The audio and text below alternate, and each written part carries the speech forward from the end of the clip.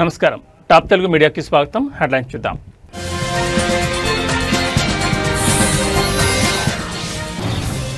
మహారాష్ట్రలోని పాల్ఘర్ జిల్లాలో ఘోర ప్రమాదం కుప్పకూలిన భవనం 15 మంది మరణం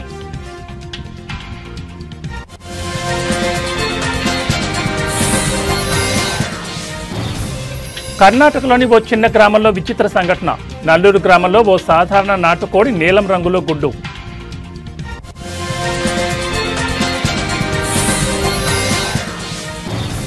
తెలంగాణలో కురుస్తున్న భారీ వర్షాలు కామారెడ్డి సిరిసిల్ల జిల్లాల్లో భారీగా వరద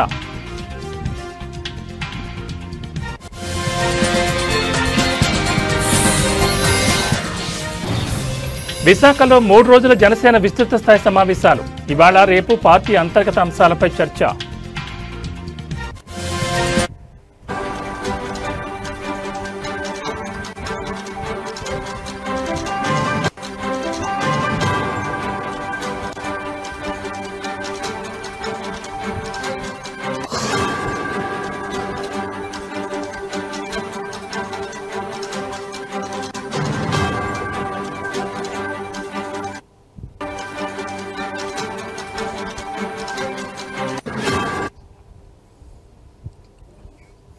బ్రిటన్లో బ్రేకింగ్ న్యూస్ చూస్తున్న మహారాష్ట్రలోని పాల్ఘర్ జిల్లాలో ఘోర ప్రమాదం జరిగింది.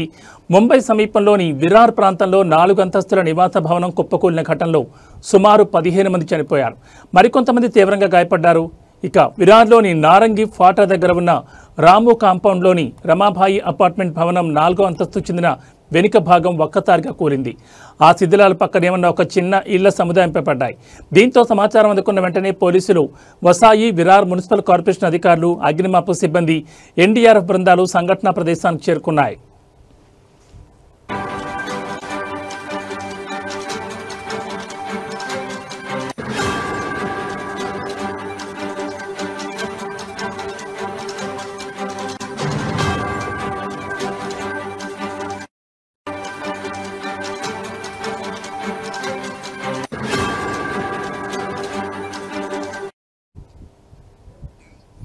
ఇక రాత్రంతా ముమ్మరంగా సహాయక చర్యలు కొనసాగాయి. శిథిలాల కింద చిక్కుకున్న వారిని బయటకు తీసేందుకు సహాయక బృందాలు 20 గంటలుగా తీవ్రంగా కష్టపడుతున్నాయి. ఇప్పటి వరకు శిథిలాల కింద నుంచి 11 మందిని సురక్షితంగా బయటకు తీసుకురాగా గాయపడిన వారిని విరార్, నలసోపారాలోని ఆసుపత్రులకు చికిత్స కోసం తరలించారు. కొందరికి ప్రాథమిక చికిత్స చేసి డిశ్చార్జ్ చేశారు.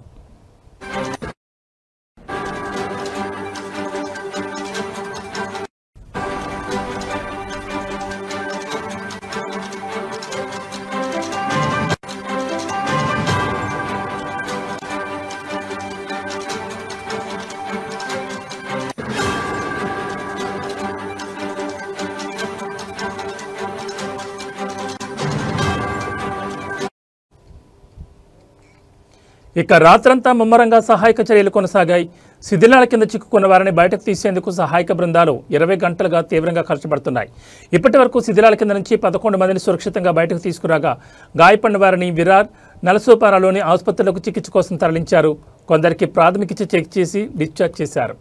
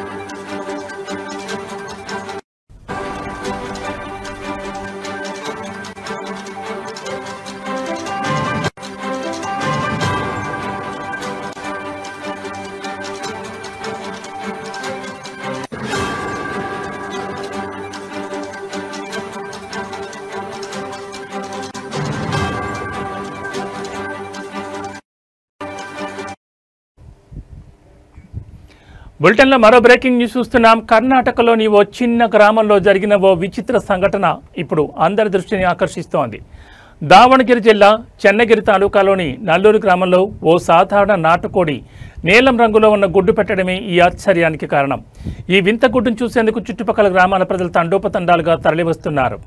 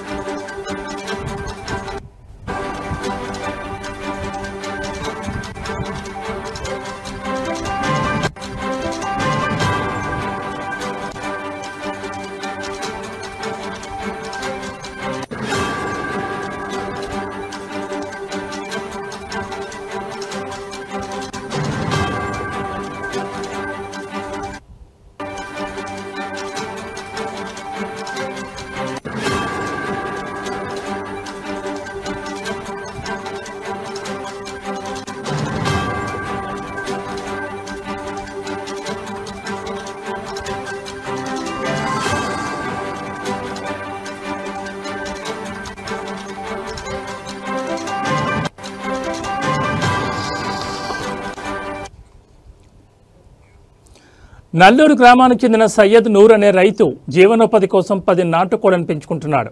వాటిలో ఒక కోడి తాజాగా నీలం రంగు గుడ్డు పెట్టడంతో ఆయన ఆశ్చర్యపోయారు. సాధారణంగా తెలుపు గుడ్లను చూసే ఆ ఊరి ప్రజలకు ఈ నీలం గుడ్డు అద్భుతంగా కనిపించింది. దీంతో ఈ విషయం ఊరంతా పాకి ఆ కోడి దాని గుడ్డు ప్రత్యేక ఆకర్షణగా మారాయి.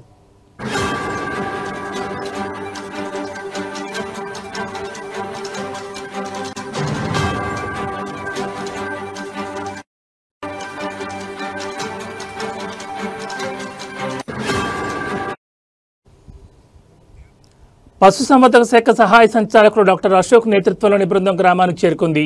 వారు ఆ కోడిని గుడ్డును క్షుణ్ణంగా పరిశీలించారు. కొన్ని జాతుల కోళ్లలో ఉండే బైలివేడిన్ అనే వర్ణద్రవ్యం పిగ్మెంట్ కారణంగా గుడ్డు పెంకుకు నీలం లేదా ఆకుపచ్చ రంగు వస్తుందని డాక్టర్ అశోక్ వివరించారు. ఇది చాలా అరుదుగా జరుగుతుందని, అయితే గుడ్డు రంగు మారినా దానిలోని పోషక విలువల్లో ఎలాంటి మార్పు ఉండదని ఆయన స్పష్టం చేశారు.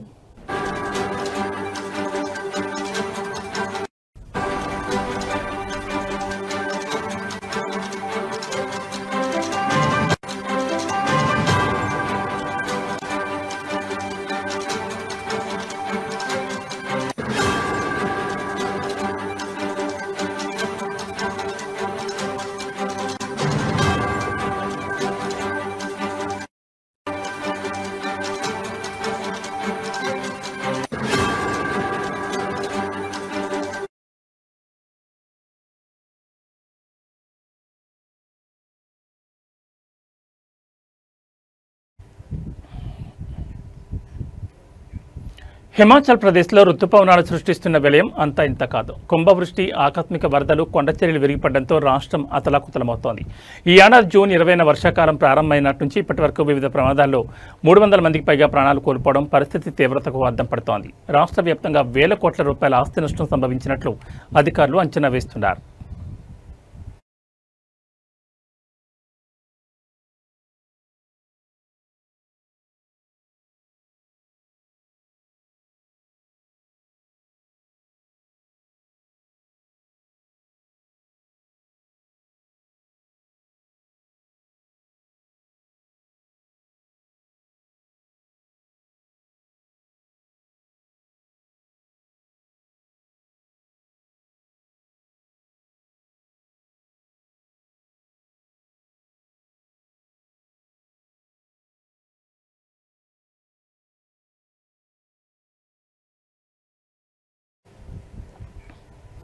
రాష్ట్ర విపత్తు నిర్వహణ అథారిటీ విడుదల చేసిన గణాంకాల ప్రకారం ఆగస్టు 27 నాటికి మృతుల సంఖ్య 310కి చేరింది.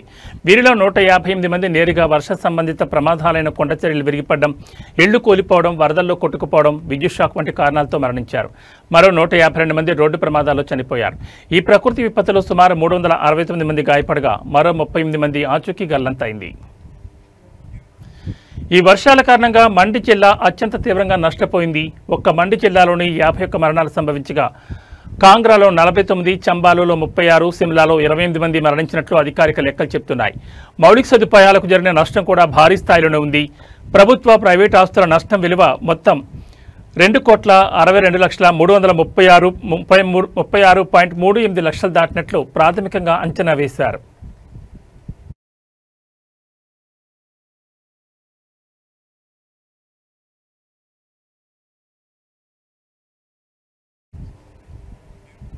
రాష్ట్ర వ్యాప్తంగా 2 జాతీయ రహదారులతో సహా 582 రోడ్లపై రాకపోకలు నిలిచిపోయాయి. ముఖ్యంగా కులు, మండి, కాంగ్రా, సిమ్లా జిల్లాలపై ప్రభావం ఎక్కువగా ఉంది. కేవలం కులు జిల్లాలోని NH03, NH305 మార్గాలను అధికారులు మూసివేశారు. రాష్ట్ర వ్యాప్తంగా 1,155 విద్యుత్ ట్రాన్స్ఫార్మర్లు, 346 తాగునీటి సరఫరా పథకాలు దెబ్బతిన్నాయి. దీంతో అనేక ప్రాంతాల్లో విద్యుత్, నీటి సరఫరాకు తీవ్ర అంతరాయం ఏర్పడింది.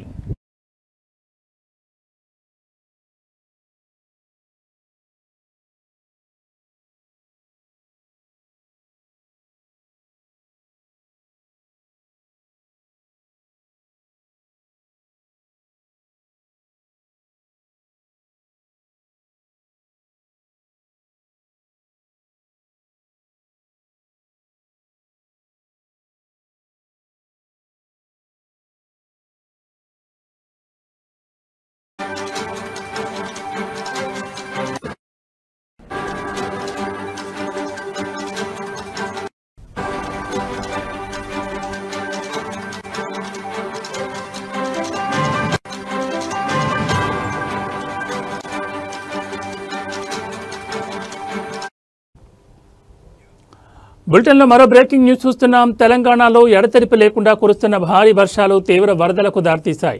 కామారెడ్డి, సిరిసిల్ల జిల్లాలో వరద నీటిలో సుమారు 30 మంది చిక్కుకుపోవడంతో వారిని రక్షించేందుకు భారత వాయుసేన రంగంలోకి దిగింది. కేంద్ర హోంశాఖ సహాయ మంత్రి బండి సంజయ్ కుమార్ చేసిన విజ్ఞప్తి మేరకు రక్షణ మంత్రి రాజ్నాథ్ సింగ్ వెంటనే స్పందించి సహాయక చర్యల కోసం హెలికాప్టర్ను పంపాలని ఆదేశాలు జారీ చేశారు.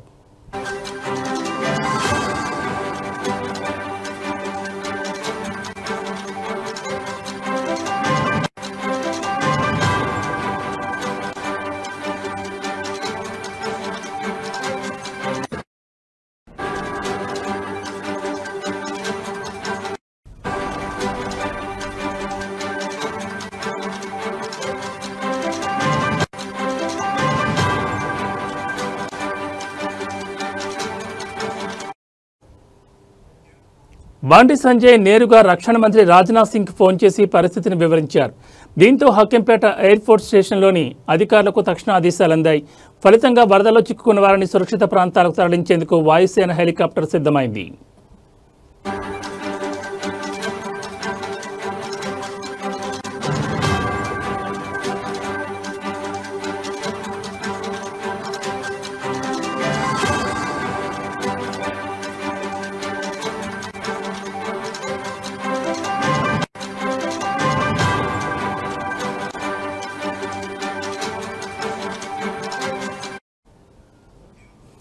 మరోవైపు మెదక్, కామారెడ్డి జిల్లాలో వరద పరిస్థితి అత్యంత తీవ్రంగా ఉండడంతో భారత సైన్యం సహాయక చర్యలను ముమ్మరం చేసింది. ఆర్మీకి చెందిన ప్రత్యేక బృందాలు రంగంలోకి దిగి ఎన్డీఆర్ఎఫ్, ఎస్డీఆర్ఎఫ్ స్థానిక అధికారులతో కలిసి పనిచేస్తున్నాయని సదరన్ కమాండ్ ఒక ప్రకటనలో తెలిపింది. ఆర్మీ, ఇంజనీరింగ్ టాస్క్ ఫోర్సులు దెబ్బతిన్న రహదారులను పునరుద్ధరిస్తూ అడ్డంకులు తొలగిస్తున్నాయి. వైద్య బృందాలు బాధితులకు తక్షణ సేవలు అందిస్తున్నాయి. ప్రత్యేక బోట్లు, ఇతర పరికరాలతో వరదల్లో చిక్కుకున్న ప్రజలను సురక్షిత ప్రాంతాలకు తరలించడంతో పాటు వారికి అవసరమైన సహాయ సామగ్రిని అందజేస్తున్నారు.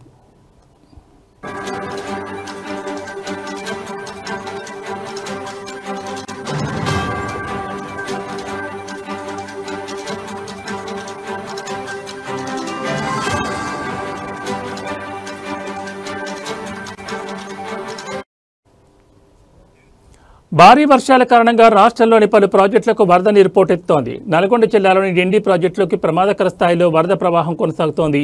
అలాగే రాజన్న సిరిసిల్ల జిల్లాలోని శ్రీ రాజరాజేశ్వర జలాశయానికి భారీగా ఇన్ఫ్లో వస్తుండటంతో అధికారులు 18 గేట్లెత్తి నీటిని దిగువకు విడుదల చేస్తున్నారు. ఈ నేపథ్యంలో పరివాహక ప్రాంత ప్రజలు అప్రమత్తంగా ఉండాలని అధికారులు హెచ్చరికలు జారీ చేశారు.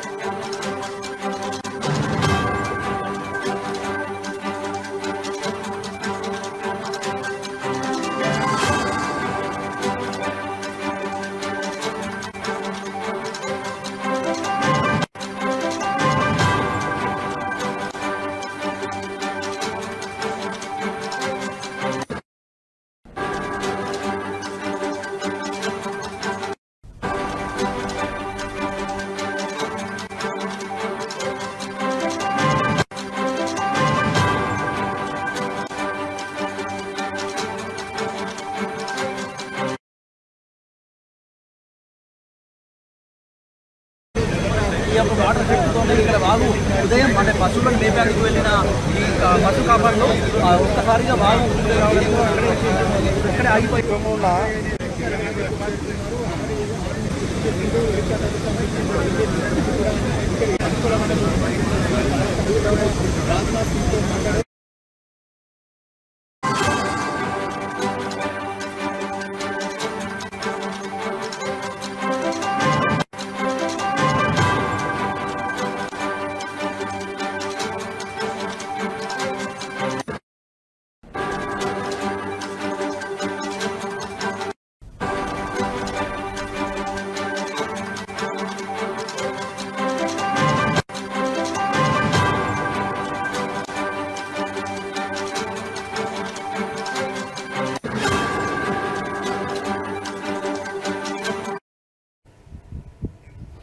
బులెటిన్లో మరో బ్రేకింగ్ న్యూస్ చూస్తున్న 3 రోజుల జనసేన పండుగకు విశాఖనగరం సిద్ధమైంది. ప్రభుత్వంలో భాగస్వామ్యం తర్వాత పార్టీలో పరిస్థితులను సమీక్షించుకునేందుకు జరుగుతున్న సమావేశాలు కావడంతో శ్రేణులు ఉత్కంఠకు ఎదురుచూస్తున్నాయి. క్షేత్రస్థాయిలో సమస్యలు తెలుసుకునేందుకు ఎక్కువ ప్రాధాన్యం ఇవ్వబోతున్నారు ఆ పార్టీ చీఫ్ పవన్ కళ్యాణ్. ఇవాళ రేపు పార్టీ అంతర్గత అంశాలపై చర్చ జరుగుతుంది. బీచ్ రోడ్లోని వైఎంసీఏ ప్రాంగణంలో జనసేన లెజిస్లేటివ్ విభాగం భేటీ అవుతుంది. ఆ పార్టీకి చెందిన మంత్రులు, పార్లమెంట్ సభ్యులు, శాసనమండలి సభ్యులు పాల్గొంటారు. మధ్యాహ్నం రాష్ట్ర కార్యవర్గంతో పవన్ కళ్యాణ్ సమావేశమయ్యారు.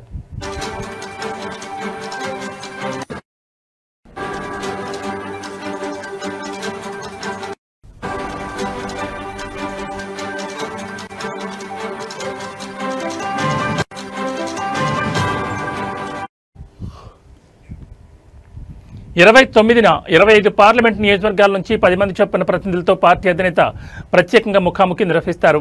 పార్టీ ఆవిర్భావం నుంచి జెండా మోస్తూ రాజకీయ ఒత్తిళ్లను తట్టుకుని నిలబడిన వాళ్లకు ప్రాధాన్యం ఇస్తారు.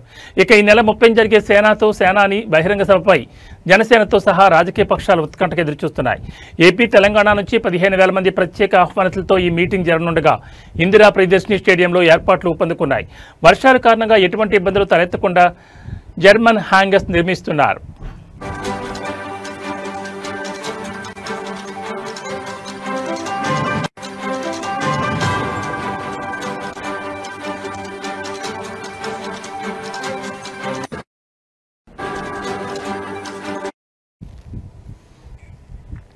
ఇక ఈ సభా ప్రాంగణానికి విప్లవ వీరుడు అల్లూరి సీతారామరాజు పేరును ఖరారు చేసింది జనసేన. 5 గేట్ల ద్వారా సభికులు నాయకత్వం వహించేందుకు ఏర్పాటు చేశారు. ఆవిర్భావం నుంచి నిస్వార్థంగా జెండాను ప్రజల్లోకి తీసుకెళ్లి అధినేత భావజాలాన్ని బలంగా నమ్మి నడుస్తున్న జనసైన్యంతో 30న బహిరంగ సభ జరుగుతుందని పార్టీ వర్గాలు ఇప్పటికే ప్రకటించాయి. కూటమి ప్రభుత్వం వచ్చిన తర్వాత చేస్తున్న అనేక అభివృద్ధి సంక్షేమ కార్యక్రమాలు, వీటితో పాటు క్షేత్రస్థాయిలో సమస్యలు తెలుసుకోవడానికి సేనాని బహిరంగ సభ కీలకమని పార్టీ వర్గాలు భావిస్తున్నాయి.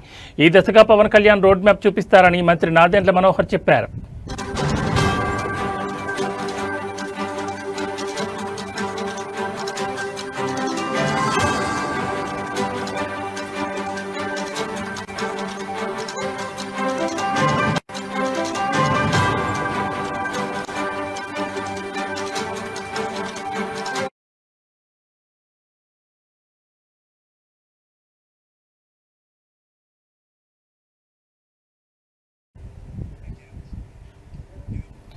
గాంధారి వరద బీభత్సం కలిగించింది. ఈ కష్టం సమయంలో ఎస్ఐ ఆంజనేయులు, సిబ్బంది, యువకులు చేసిన సహాయం చాలా గొప్పదని ప్రజల హర్షం వ్యక్తం చేస్తున్నారు.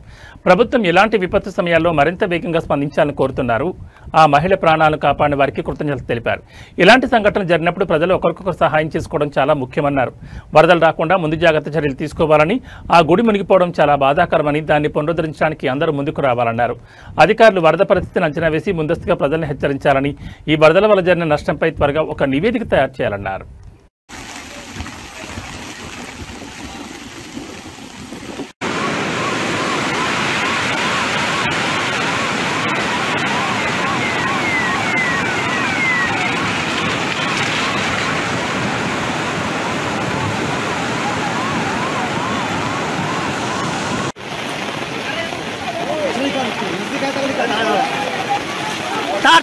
తాడు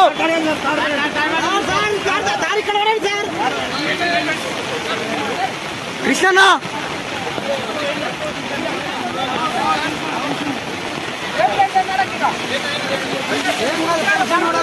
ఇది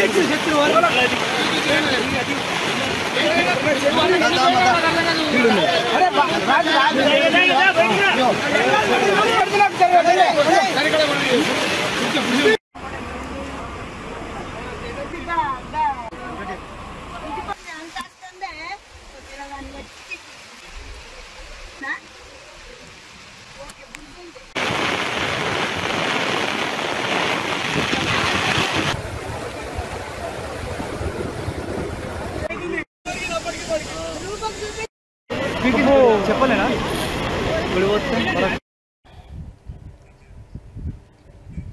కూటమి ప్రభుత్వం అభివృద్ధి లక్ష్యంగా పనిచేసుకుంటూ ముందుకు వెళ్తోందని రాయచూట్లో 3.30 కోట్ల అభివృద్ధి పనులకు నేడు శంకుస్థాపన చేయడం జరిగిందని మంత్రి మండిపల్లి రాంప్రసాద్ రెడ్డి పేర్కొన్నారు.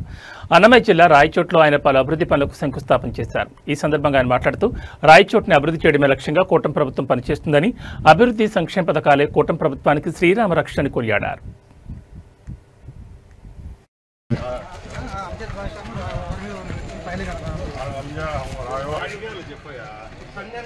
రోడ్డు వరకు రాణి కంటే లోపలికి 12 అడుగులు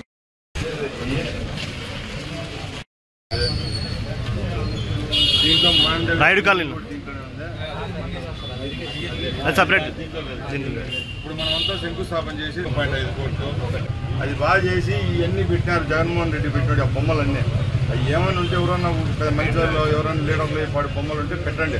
లేకపోతే ఆ సర్కిల్లో యాక్సిడెంట్ అయితే చచ్చిపోతానో ఇది తగ్గింది, సైజ్ తగ్గింది. ఇప్పుడు ఇంత పెట్టారు ఆడ నేతాజీ సర్కిల్, దాన్ని అంత తగ్గింది, సైజ్ తగ్గింది.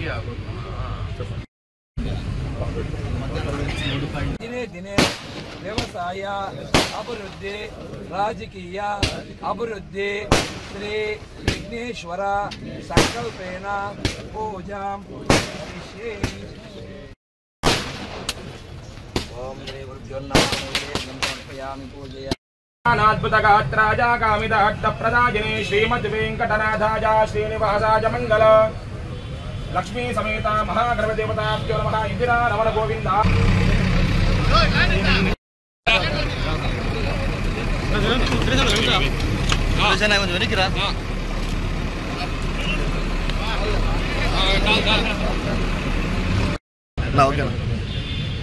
అందరికీ నమస్కారం.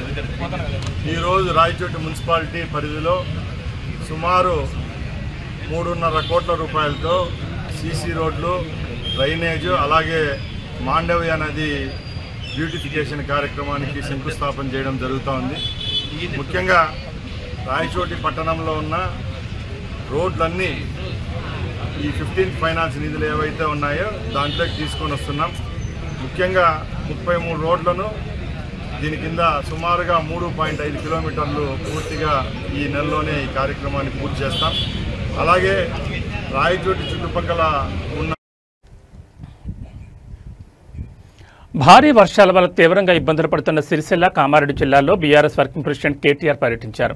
వరద ప్రభావిత ప్రాంతాలను పరిశీలించారు. ముందుగా సిరిసిల్ల జిల్లాలోని నర్మలాలో, అనంతరం కామారెడ్డిలో పర్యటించారు. ఈ నేపథ్యంలో సిరిసిల్లకు బయలుదేరారు. అంతకుముందు రాష్ట్ర వ్యాప్తంగా ఉన్న బీఆర్ఎస్ నాయకులతో కేటీఆర్ టెలికాన్ఫరెన్స్ నిర్వహించారు. వరద ప్రభావిత ప్రాంతాల్లో పార్టీ నాయకులు సహాయక చర్యలు చేపట్టాలని సూచించారు.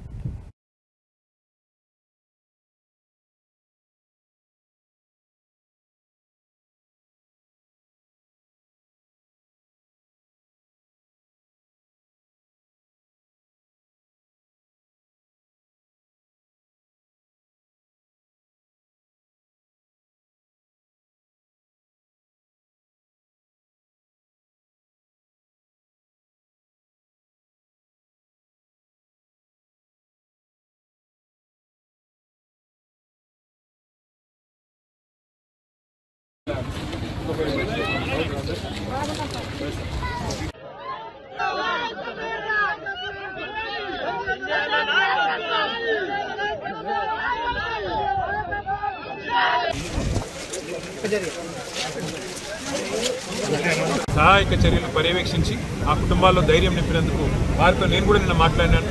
వాళ్ళు చిక్కుకొని పోయిన వాళ్ళందరితో కూడా. కానీ మరి ఈరోజు ఉదయం హెలికాప్టర్ వచ్చి వారు స్పందించి కాపాడినందుకు చాలా సంతోషం. నేను అధికారులను అభినందిస్తూ ఉన్నాను. చాలామంది పోలీస్ అధికారులు, చాలామంది రెవెన్యూ అధికారులు కూడా ఎక్కడికక్కడ అప్రమత్తంగా ఉండి గత 24 గంటలుగా స్పందించి పనిచేస్తున్నారు. ప్రభుత్వం పని చేసినా చేయకపోయినా, ప్రభుత్వ పెద్దలు పని చేసినా పని చేయకపోయినా అధికారులు అప్రమత్తంగా ఉన్నందుకు, పనిలో నిమగ్నమైనందుకు అధికారులకు, మీడియా కూడా మొత్తం రాష్ట్ర వ్యాప్తంగా మరి అన్ని వార్తలు కూడా ప్రజల దృష్టికి తీసుకొస్తున్నారు. ఎక్కడెక్కడ ఇబ్బందులు ఉన్నాయో చెప్తున్నారు. నిర్మల్ జిల్లా లక్ష్మణచంద మండలం మునిపల్లి గ్రామంలో వాగు ప్రవాహంతో అవతల చిక్కుకుపోయిన పశువుల కాపరి రక్షణకు చర్యలు తీసుకుంటామని జిల్లా కలెక్టర్ అభిలాష్ అభినవ్ భరోసా ఇచ్చారు. కలెక్టర్ స్వయంగా సంఘటన ప్రదేశాన్ని పరిశీలించి గ్రామస్తులతో మాట్లాడి వివరాలు సేకరించారు.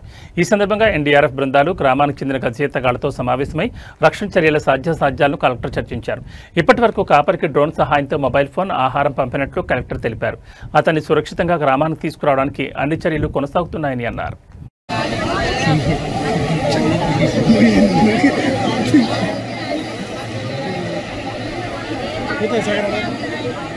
ఏమో ఈ గాలికి గంగల చేపలకు డ్రోన్ చాలు చేసి మళ్ళీ టచ్ చేస్తుంది. అసలు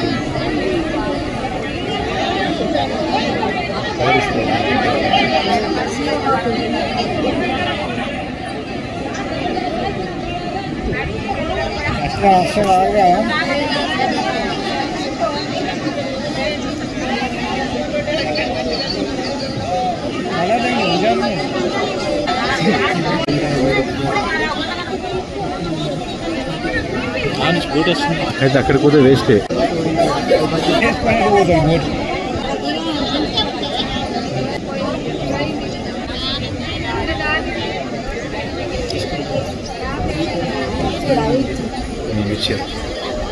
రైట్.